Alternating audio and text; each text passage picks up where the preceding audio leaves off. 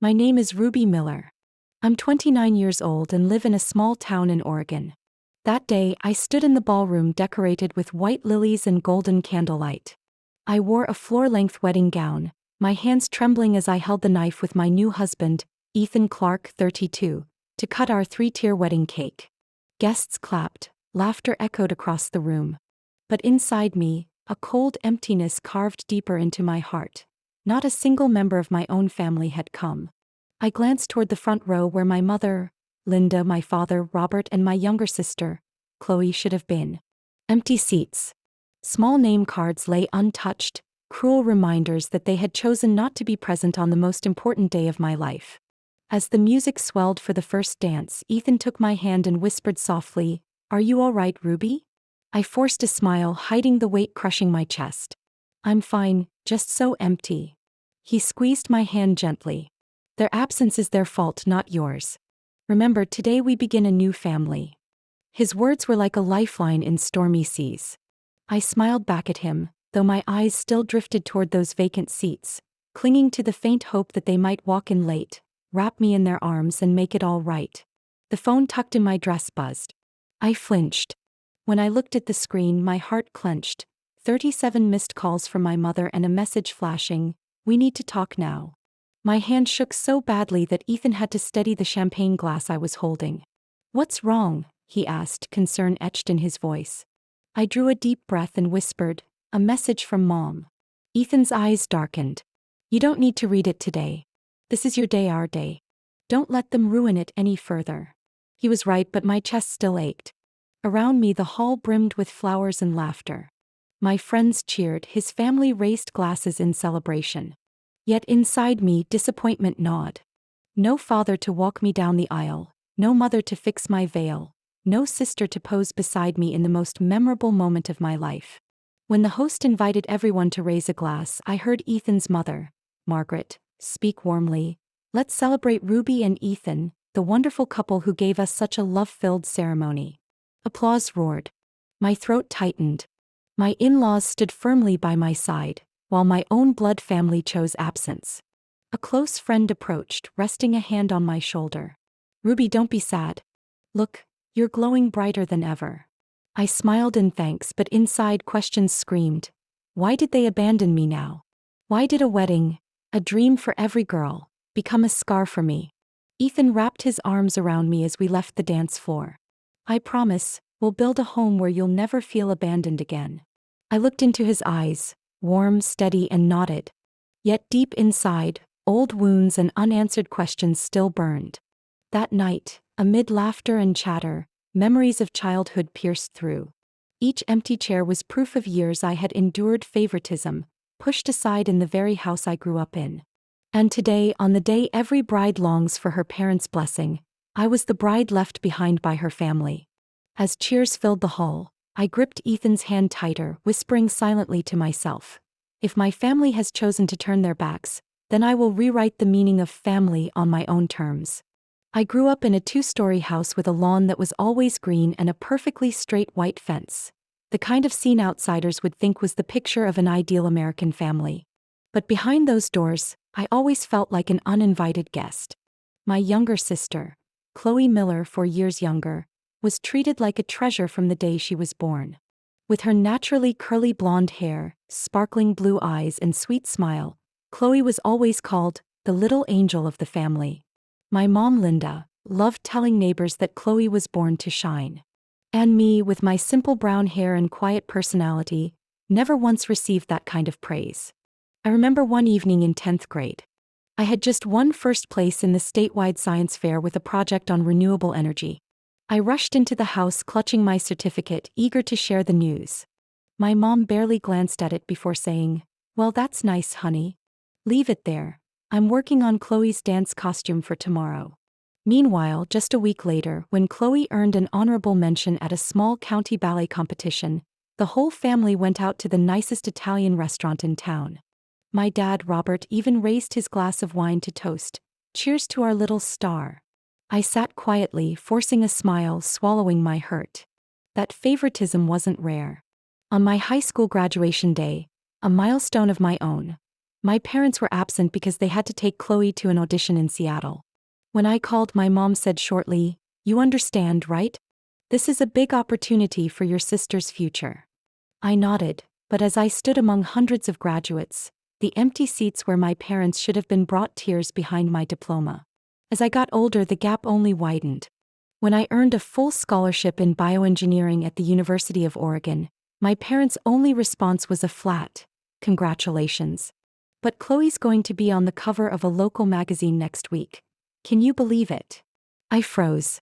Every accomplishment of mine was pushed aside to make room for the spotlight they built around Chloe. One time I overheard my dad speaking with a friend in the living room. "Ruby's smart, sure, but she's just the bookish type. Chloe's the one who'll really make us proud in front of people."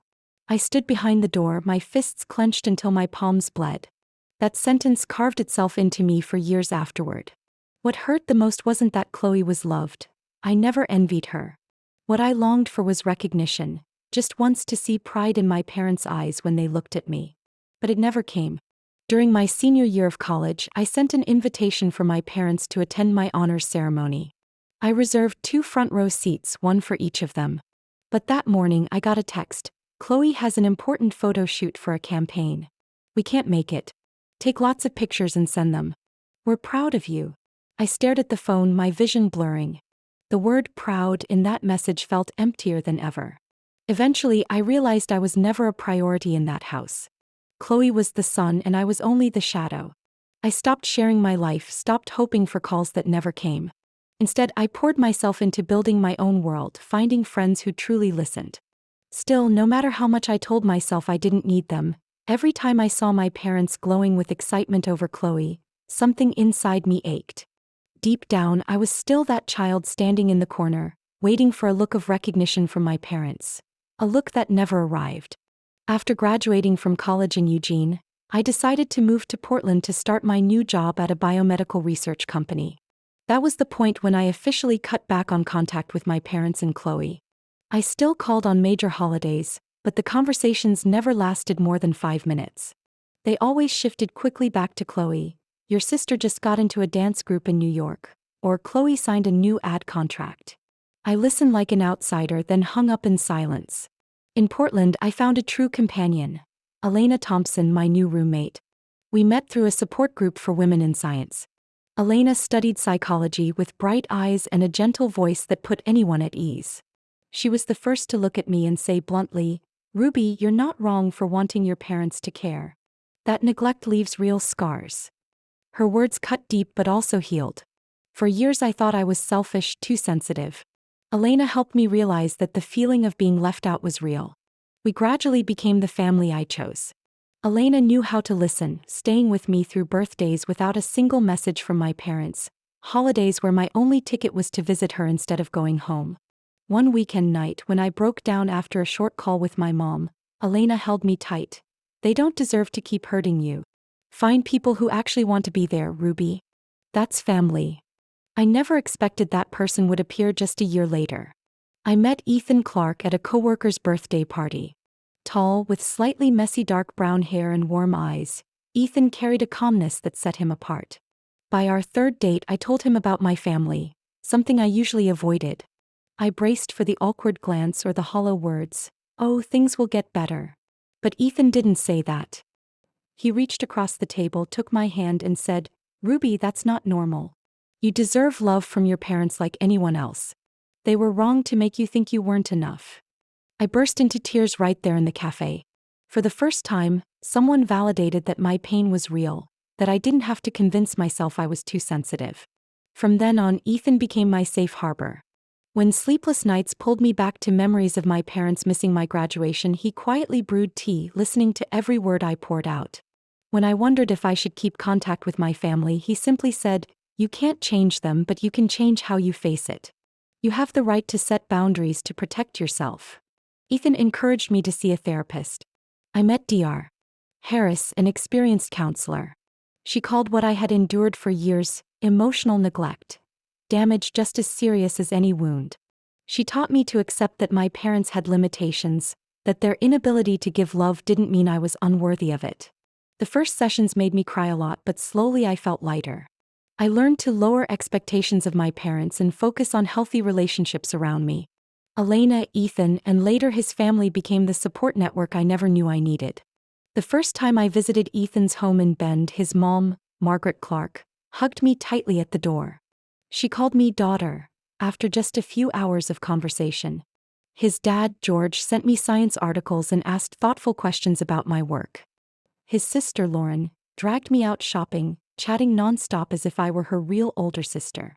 One evening, while sitting in their living room, I heard Margaret say, "Ruby, here, any success of yours is worth celebrating. Big or small." I froze. Such a simple sentence broke me open. I ran to the bathroom, staring at myself in the mirror with tear-filled eyes.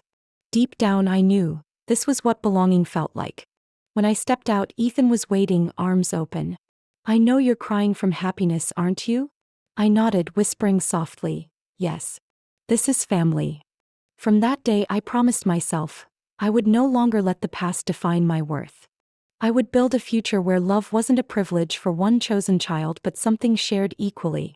When Ethan proposed to me at 28, I believed it would mark the turning point that erased the cracks of my past. He planned a romantic proposal by the Willamette River, the Portland city lights reflecting on the water. I said yes in the cheers of friends around us. In that moment, I thought my family, no matter what, would be happy for me. The next day, I called my mom. "Mom, Ethan proposed. I'm getting married." Silence lingered for a few seconds before she answered flatly, "Oh, congratulations. When is it?" I swallowed hard. "In about 6 months in Portland." She hesitated. "That soon?" "Well, let us know when you have details." No excitement, no questions about the ring or the wedding. Just as I tried to say more, she quickly shifted the topic to Chloe landing a role in a local musical. Though disappointed, I still sent out formal invitations. To my parents, Chloe, and a few relatives in Oregon. Ethan and I planned the ceremony at a small estate on the outskirts of town, cozy with about 70 guests. My friends and his family buzzed with excitement. Only the Millers, my family, stayed strangely silent. 2 weeks later, I called to confirm. My dad said, "Oh, we got the invitation. We'll try to make it." I pressed, "Not try, Dad. It's my wedding day." He went quiet for a moment, then added, "You know Chloe's been busy lately. It'll be hard to manage." My grip on the phone tightened. Once again, my life was asked to step aside for my sisters. Ethan noticed my mood crash and comforted me. "If they don't value you, it only proves you're right to build a new family." I smiled weakly, but inside I still clung to a thin thread of hope. I didn't want to walk into marriage without my parents in the pews. Then one afternoon, while finalizing the seating chart, my phone buzzed. An Instagram notification popped up. Chloe flaunting an engagement ring. In the photo, she raised her hand high, the diamonds sparkling, with the caption, "He asked and I said yes. Countdown to the biggest engagement party." Scrolling down, I saw my parents' comments. "So proud of you, beautiful girl. And can't wait to celebrate this weekend." My chest tightened. This weekend? I whispered, then realized Chloe had scheduled her engagement party on the exact same day as my wedding. I immediately called my mom. "Mom, what's going on?" "Chloe's party is on my wedding day." She hesitated. "Oh, I thought your wedding was the following weekend." I nearly shouted. "I told you clearly, the invitation says the date. How could it be the next weekend?" She softened her voice as if bargaining. "Well, could you and Ethan reschedule? Chloe already paid a deposit and everyone has made plans." I froze. "Reschedule my wedding? Are you serious? I've signed contracts with the venue, the church, the photographer. Everything's set." My mom's tone shifted to irritation. "Don't make a fuss, Ruby. It's just one day, and for Chloe, this is a big milestone." I hung up in tears. Ethan found me trembling and pulled me into his arms. "They really want you to move your wedding for an engagement party? Ruby, you don't deserve this kind of disrespect." In the days that followed, tension escalated. My dad texted, "We'll try to attend part of your ceremony, then head back for your sister's party. Hope you understand." I let out a bitter laugh. To them, my wedding was only worth dropping by. I messaged Chloe, "I hope you can change the date. I want you at my wedding." She replied coldly, "Sorry, everything's set. If you're free after your reception, you can swing by my party." It'll be fun. I stared at the screen, my chest constricting. On one side was the wedding I had dreamed of my whole life. On the other was blatant betrayal by my own flesh and blood. I knew then, the road ahead would hold far more scars than I imagined. I once thought the deepest wound was my parents choosing to stand with my sister instead of me on my wedding day. I was wrong. The sharpest cut came from the one person I trusted completely, my maid of honor. From the start of wedding planning, Elena had been my anchor. My closest friend during my first working years, she knew every scar I carried from childhood. Elena threw herself into everything, organizing the bridal tea, coming with me to try on dresses, even volunteering to manage the guest list so I wouldn't feel overwhelmed. I believed that even if my parents stayed distant, at least I had one sisterly soul beside me. But 2 weeks before the wedding, things began to shift. Elena started avoiding me. Texts came slower, excuses piled up for skipping wedding meetings. I thought maybe her counseling work had become too heavy. Then one night I stumbled on Chloe's social media post. A photo inside a boutique, Chloe in a fitting room, and in the mirror's reflection stood Elena, smiling. The caption, "Getting ready for my big day. Can't wait." I froze. The next morning I called Elena. "Elena, were you with Chloe yesterday? Why didn't you tell me?" She hesitated. Yeah, she asked me to help pick a dress for her engagement party. I didn't think it was a big deal." My voice cracked. "Not a big deal. Her party is on my wedding day. And you're my maid of honor." Elena sighed, her voice dropping. "Ruby, I know. But Chloe told me your family wasn't invited because you wanted a private ceremony. Do you really even want them there?" I was stunned. "You believed that?" "I begged them to come. Why would you take Chloe's word and not ask me?" No clear answer came. Only her long sigh echoed through the phone. My hands trembled as I hung up. Days later, the nightmare became real. My parents texted bluntly that they'd be at Chloe's engagement party all day, and might drop by my wedding if possible. I had no tears left. When I told Ethan, he gripped my hands tightly. "They're showing you who they are, Ruby. I know it hurts, but you can't keep begging love from people who always put you second." I nodded, but inside I was breaking. I had lost my parents. Now I was losing Elena too. 1 week before the ceremony, Elena came to my apartment, guilt all over her face. "Ruby, I'm sorry. I can't be your maid of honor anymore." I looked straight at her, forcing my voice steady. "Because of Chloe?" She lowered her head. "I just think I can be at her party. And at your wedding you'll have Ethan and his family. You won't be alone." A bitter laugh escaped me. "Do you hear yourself? On my wedding day, the one person who promised to stand beside me chooses to walk away. And you tell me I won't be alone." Elena cried, but I had no compassion left to give. The door closed behind her, along with the years I had once called her family. That night, I sat alone in a room filled with invitations, my gown hanging in the closet. I turned my engagement ring, feeling the cold band press against my skin. Never had I felt so abandoned. My parents chose my sister. My only true friend chose her too. Everyone turned their backs. But in that darkness, Ethan sat beside me, his hand on my shoulder. "Ruby, you might lose them. But you won't lose yourself. And you'll never lose me." I leaned into him, closing my eyes. I knew the road ahead would be stormy. But in the moment when everything seemed to collapse, I finally began to see clearly who my real family was. As the wedding day drew near, my small apartment was piled high with gift boxes, dresses, and flowers waiting in the closet. But inside I felt drained. My parents had chosen Chloe. Elena, the one I once called a sister, had abandoned me. I forced myself forward, even with a broken heart. On the morning of the rehearsal, I sat alone in my usual cafe, a latte growing cold on the table. I stared at the bridesmaid list, the space still blank, humiliation pricking me like needles. I couldn't let my wedding day become a spectacle because no one stood beside me. Just then a familiar voice rang out. "Ruby Miller? Is that you?" I looked up. Standing before me was Allison Parker, an old classmate from high school.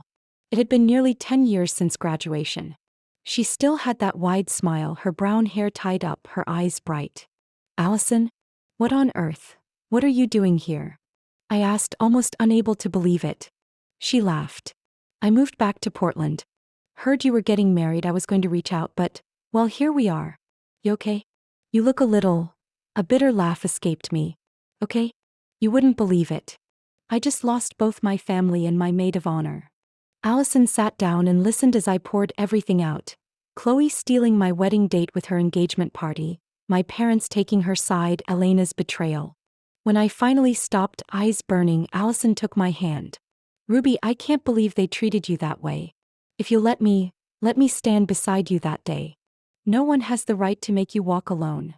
I froze. You mean it? You want to be my bridesmaid? Not just want to. I'd be honored, she said firmly. Her words lit up a room that had been dark for weeks. I couldn't stop myself. I hugged her right there in the cafe. For the first time in weeks I cried, but this time it was from relief. In the days that followed, Allison jumped in as if she'd been there from the start. She called the florist, double-checked every detail, even went with me to try on my gown again to make sure everything was perfect. She cracked jokes, bringing up old high school memories that made me laugh when I thought I'd forgotten how. Ethan noticed the change in me and whispered, "See? I told you. You're never truly alone. The universe sends the right people." His family opened their arms wider than ever. His mom, Margaret, hosted a small pre-wedding dinner to surround me with warmth. His dad, George, came to me one afternoon and said, "Ruby, if you'd like, I can walk you down the aisle. No one can replace your father, but it would be an honor." Tears welled in my eyes. "I can't thank you enough. That means more than you know." Lauren, Ethan's sister, even pulled me along to pick out jewelry. "You deserve to shine," she said, choosing a pair of pearl earrings. Simple, elegant, perfect. As everyone bustled around me, I realized, family isn't just blood. It's the people who choose to stay when you need them most. Allison, Ethan, and his family had proven that. The night before the wedding, Allison came to my hotel room carrying a small box. Inside was a photo of us from high school. On the back she had written, "Tomorrow I'll be right beside you. Always." I clutched the photo, tears streaming, but this time sweet, not bitter. That night, staring at the city lights through the window, I whispered to myself, "Tomorrow, even without my parents, even if Chloe tries to cast me as a shadow, I will not fall. I will walk with my head held high. And I will have a real family waiting for me at the end of the aisle." The moment Ethan and I entered the reception hall, candlelight shimmered across pure white flowers. Allison stood by my side, gripping my hand. George, Ethan's father, was ready to walk me down the aisle. I glanced at the seats reserved for my parents. They were empty. My heart ached, but I inhaled deeply, refusing to let it ruin this day. The ceremony was beautiful. When Ethan read his vows, I nearly burst into tears but held them back with a radiant smile. Friends, colleagues, and his family erupted into applause as we exchanged rings. It was the moment I knew I was truly loved, even if not by blood. Later, during the reception, as Ethan and I cut the cake, my phone hidden in my dress buzzed nonstop. A glance revealed 32 missed calls, from my mother, father, and even Chloe. The last message from Mom chilled me. "Ruby, everything has come to light. You must hear this now." I stepped outside into the night garden, hydrangeas scenting the breeze. When I answered, Mom's trembling voice broke through. "Ruby, are you there? We were deceived." I frowned. "Deceived? What are you talking about?" Dad's shaken voice cut in. "Chloe," she confessed. "She faked all the messages. She told us you didn't want us at your wedding. She erased your texts. She even said you changed the date without telling us." I froze, the ground slipping beneath me. "What? You actually believed that?" For months I called, begged. "You thought I'd banish my own parents from my wedding?" Mom sobbed. "Patrick exposed her. In the middle of her engagement party today, while everyone toasted, Chloe slipped, bragging that she was finally the center of attention. Patrick pressed her, she panicked, then admitted everything. He threw the ring on the table and walked out. The party collapsed. I clutched the railing to steady myself. Every word echoed like thunder. Chloe, the sister my parents had placed on a pedestal, had sabotaged my wedding with lies. "You believed her so easily?" My voice cracked. "Neither of you thought to call me directly?" After a long pause, Dad spoke heavily. "We failed. Because we knew we'd favored Chloe for years, we thought, maybe you truly wanted distance. We were foolish enough to accept the lies." Tears slid down my face. Memories surged. Ceremonies missed, proud smiles reserved only for Chloe, dinners filled with laughter meant for her. And now, even on my wedding day, they abandoned me, choosing her lies over my truth. Ruby, Mom pleaded, we don't expect forgiveness. But know this, we see the truth now. We failed as parents. I gripped the phone, fighting to keep my voice steady. I don't know if I can forgive. You didn't just miss my wedding. You missed the one chance to show me I mattered. I hung up and stood silent beneath the moonlight. Ethan found me, my face wet with tears, and wrapped me in his arms. What did they say? Chloe created everything. Patrick left her at the party. Now they finally know the truth. Ethan sighed, his eyes filled with both anger and sorrow. You didn't deserve this. But Ruby, remember, truth has come out. You no longer need to prove anything. I buried my head in his chest, torn between grim satisfaction at Chloe's downfall and emptiness that my parents realized too late. The vows I'd wanted to hear from Dad, the proud look from Mom as I walked in my gown, they would never come. As music drifted from the hall, I whispered to myself, from this moment on, no one will define my worth but me. After the chaotic wedding night, I knew I had to face my parents. They arranged to meet me and Ethan at a small cafe in downtown Portland, where we sat across from each other, the distance between us feeling like miles. My mother, Linda, looked worn, her eyes red from crying. My father, Robert, sat silent, his hands tightly clasped. Ruby, Mom began, her voice trembling, I know nothing can make up for missing your wedding day. But we truly were deceived by Chloe. I'm sorry. I looked straight at her. Mom, it's not just about the wedding. It's my whole life being pushed aside. For years I've had to stand behind my sister. Did either of you ever think I also deserved love? Robert lowered his head. I know we failed. Your mom and I, we spoiled Chloe too much. And when she spun her lies, we believed them easily. Deep down, we knew we hadn't been fair to you. In that moment, I saw real regret in their eyes. But the scars inside me couldn't be erased with apologies.